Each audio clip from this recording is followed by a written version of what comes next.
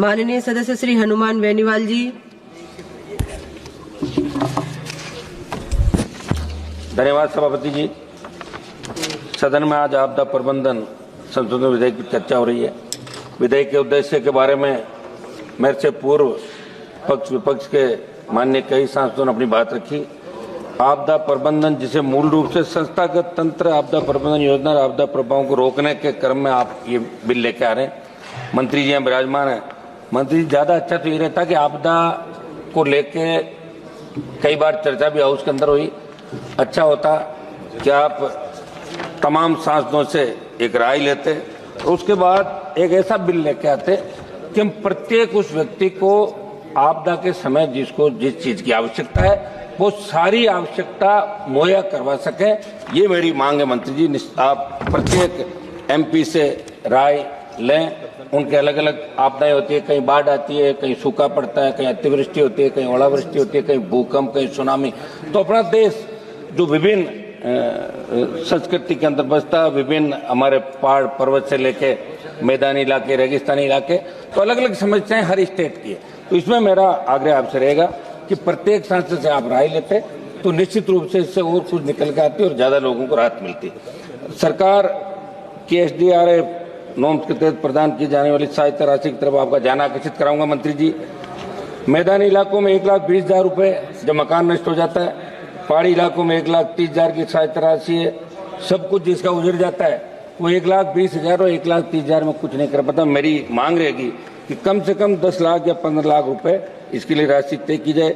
मंत्री जी, किसी कारण से किसी के घर में झोंपड़ी के अंदर आग लगती है तो उस नुकसान की भरपाई के लिए कोई ठोस प्रावधान आग के इसके अंदर नहीं है। कोई व्यक्ति अगर अपने बच्चों की शादी करने के लिए वो इकट्ठा करता है, सामान उधार लेके आता है, उसका सोना चांदी पैसा जो होता है, और उसमें अगर सपोज करो कि आग लग जाए तो उसमें सरकार की तरफ से कुछ भी नहीं मिलता। तो इनको भी इसके अंदर सम्मिलित किया जाए। मैं ये भी कहूंगा किसान अपनी उपज को स्टोर करने के लिए, जिसको अपन खलिहान बोलते हैं, उस खलिहान के अंदर अगर आग लग जाती है तो उसको भी आपदा के अंदर नहीं लिया गया। भी मांग रहेगी कि इसको भी इसके अंदर लिया जाए।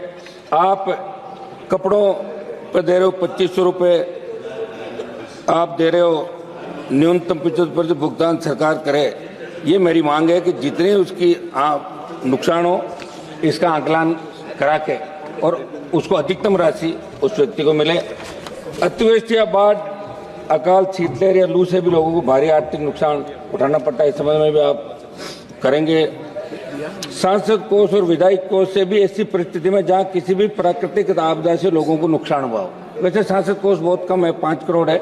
हमारा राजस्थान का तो एक एक विधायक को 5-5 करोड़ रुपए 8 कॉन्स्टिट्यूंसी में हम आते चुन के, तो कम से कम सांसद का कोष बढ़ाते हुए अभी उत्तर प्रदेश से हमारे आने वाले माननीय सांसद ने कहा कि बाढ़ जहाँ जाती है या कोई प्राकृतिक आपदा आती है तो उस समय आवश्यकता होती है कि उसे तुरंत हम क्या सहायता दें। तो उसको जैसे स्कूल के अंदर या कोई जो सरकारी भवन होता है उसमें खाने पीने की व्यवस्था, दवाई की व्यवस्था, या अपन उसके लिए लगाएं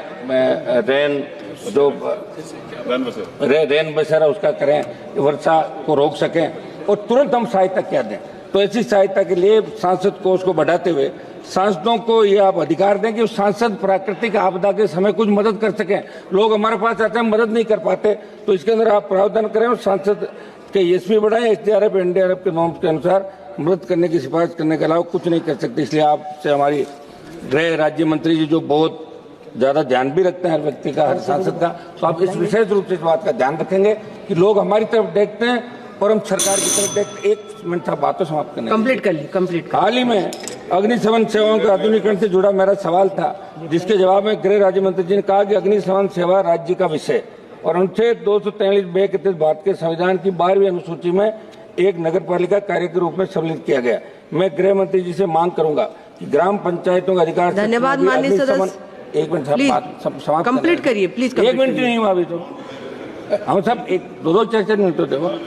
अग्निशमन सेवाओं को अनिवार्य करने का प्रावधान बनाया जाए। चूंकि 15वें वित्त आयोग द्वारा राज्यों में अग्निशमन सेवाओं के 5,000 करोड़ के प्रावधान की सिफारिश की गई, लेकिन गांव में अग्निशमन की आवश्यक जरूरत है। इसमें आप जो भी उपखंड और पंचायत समिति मुख्यालय नगर क्षेत्र नहीं है, प्रारंभिक तौर पर वहां आप अग्निशमन को अनिवार्य करने का प्रावधान तत्काल करने की आवश्यकता। सभापति जी, हमारे 1-2 महत्वपूर्ण सुझाव है, अगर आप कहे तो मैं दे दूं, आप कहे तो बैठ जाओ, आप बताएं।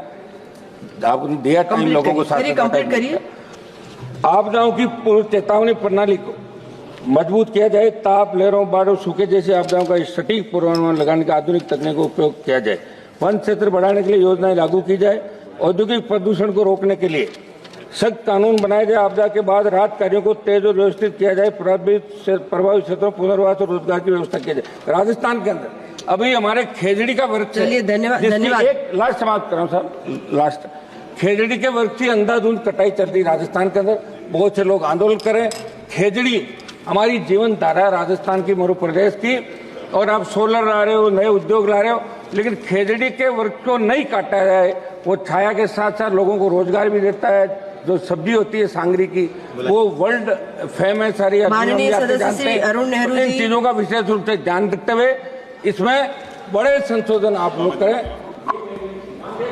मैडम, धन्यवाद। माननीय सदस्य मैडम अरुण नेहरू जी। थैंक